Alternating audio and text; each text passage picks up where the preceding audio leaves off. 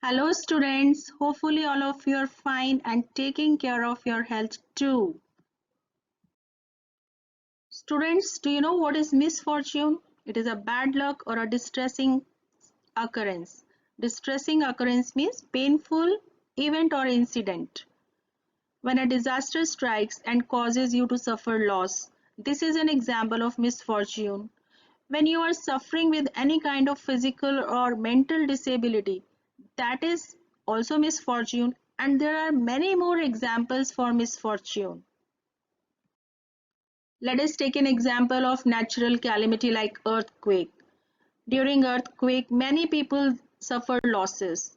Losses can be financial, physical, or mental.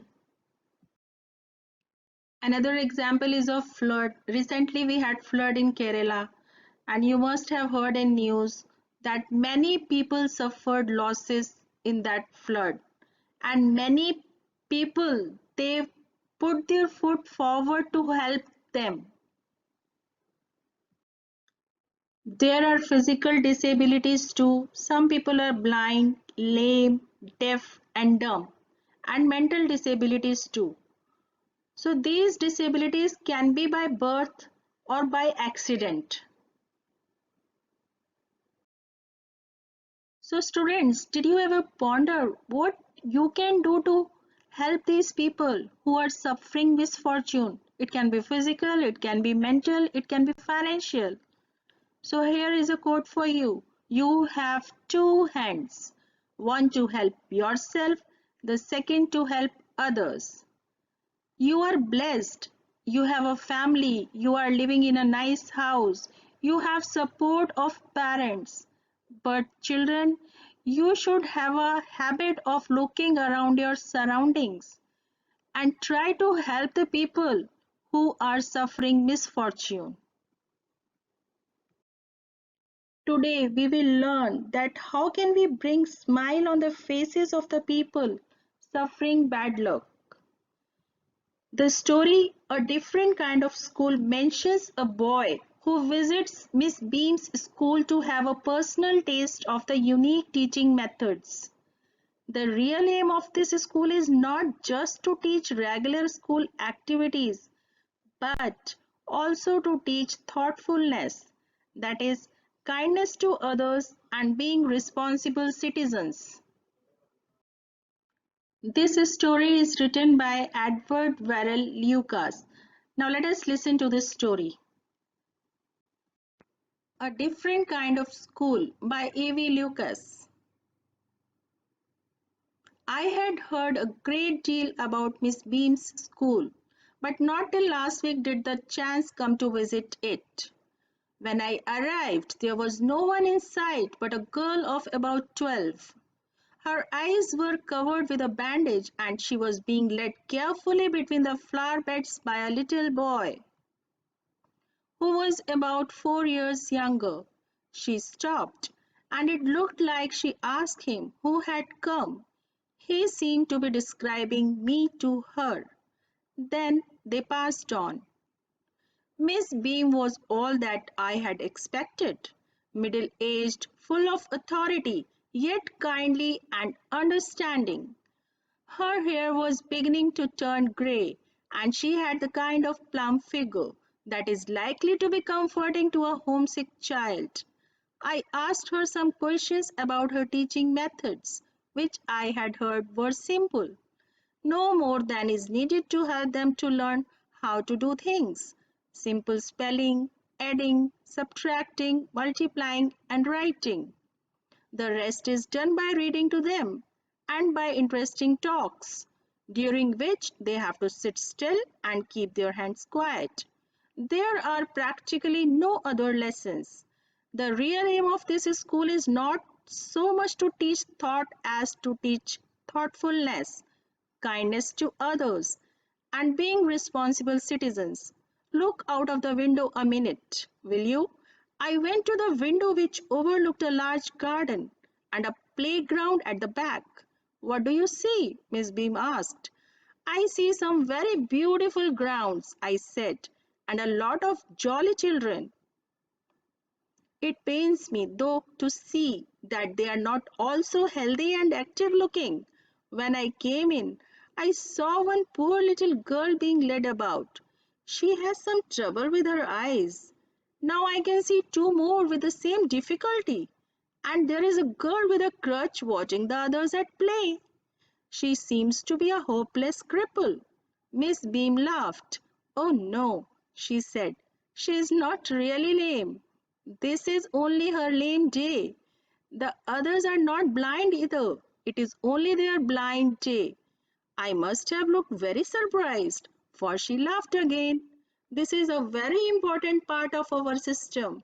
To make our children appreciate and understand misfortune, we make them share in misfortune too. Each term, every child has one blind day, one lame day, one deaf day, one injured day, and one dumb day. During the blind day, their eyes are bandaged absolutely, and they are on their honor not to peep. The bandage is put on overnight, so they wake blind. This means that they need help with everything. Other children are given the duty of helping them and leading them about.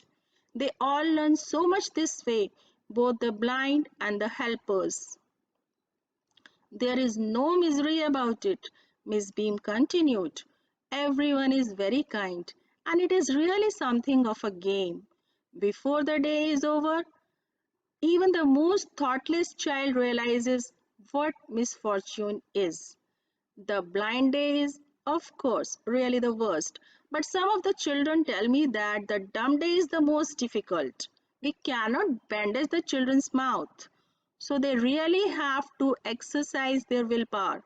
Come into the garden and see for yourself how the children feel about it. Miss Beam led me to one of the bandaged girls. Here's a gentleman come to talk to you, said Miss Beam, and left us. Don't you ever peep? I asked the girl. Oh no, she exclaimed. That would be cheating.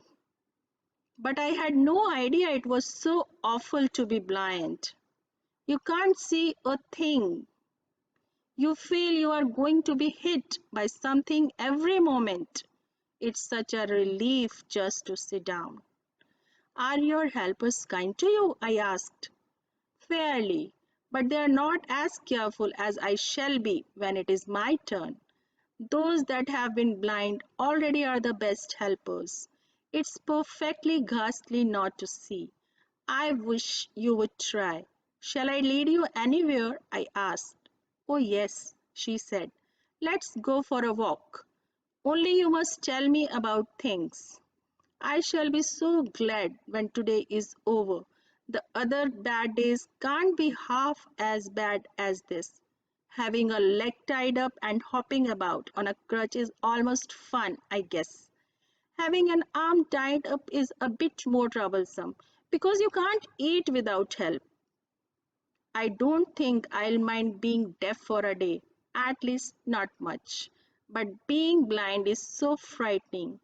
My head aches all the time just from worrying that I'll get hurt.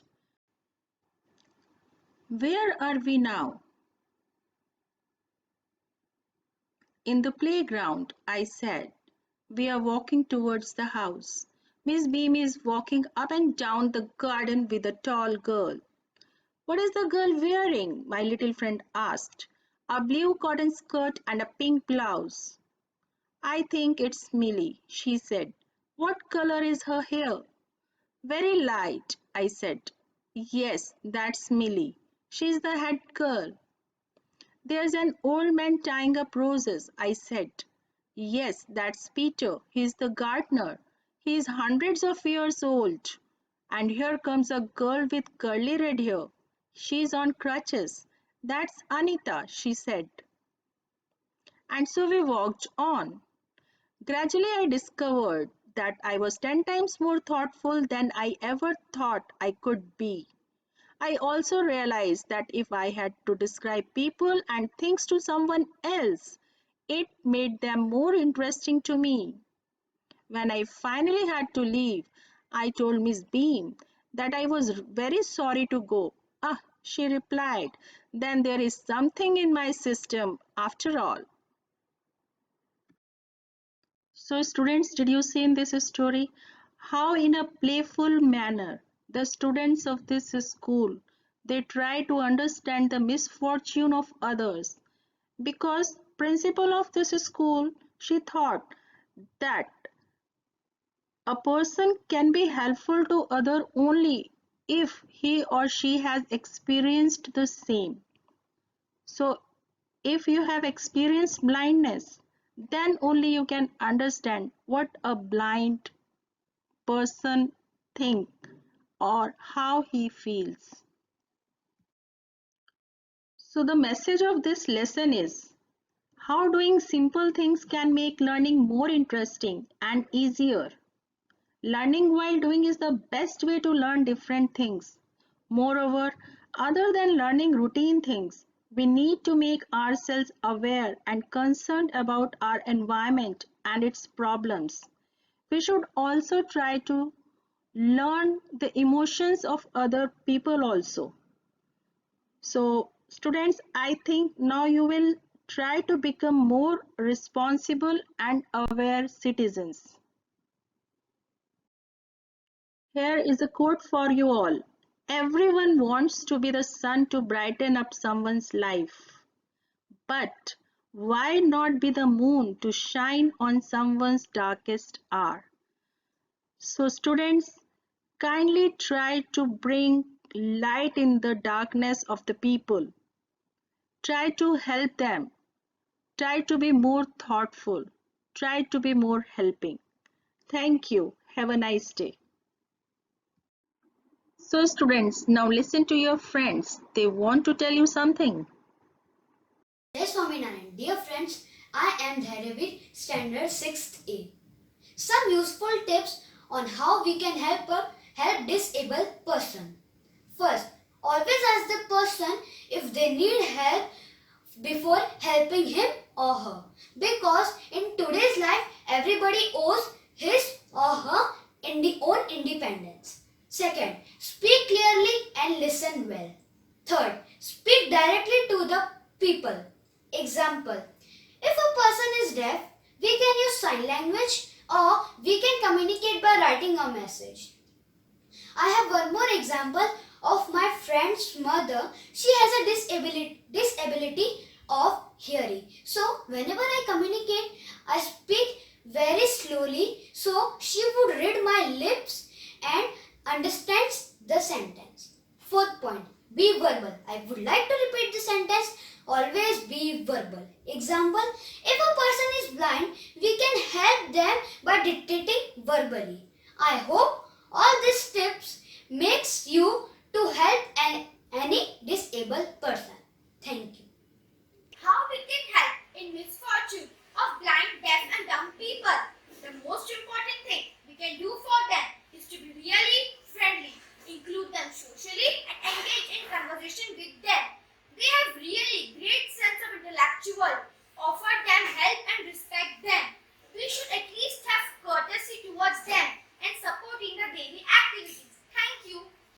We can help a person with misfortune by keeping ourselves at that position and thinking what help we would need if we are suffering from the same.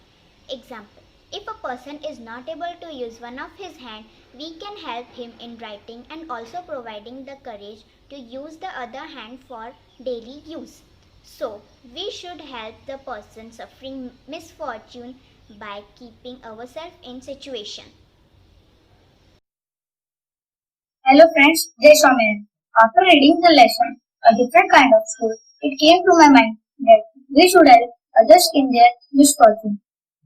First of all, we should be calm and patient with them. We should try to teach them to do their own work so that they won't be dependent on others. Whenever we see such kind of people, we should go forward and help them. We should make them feel confident in everything they do.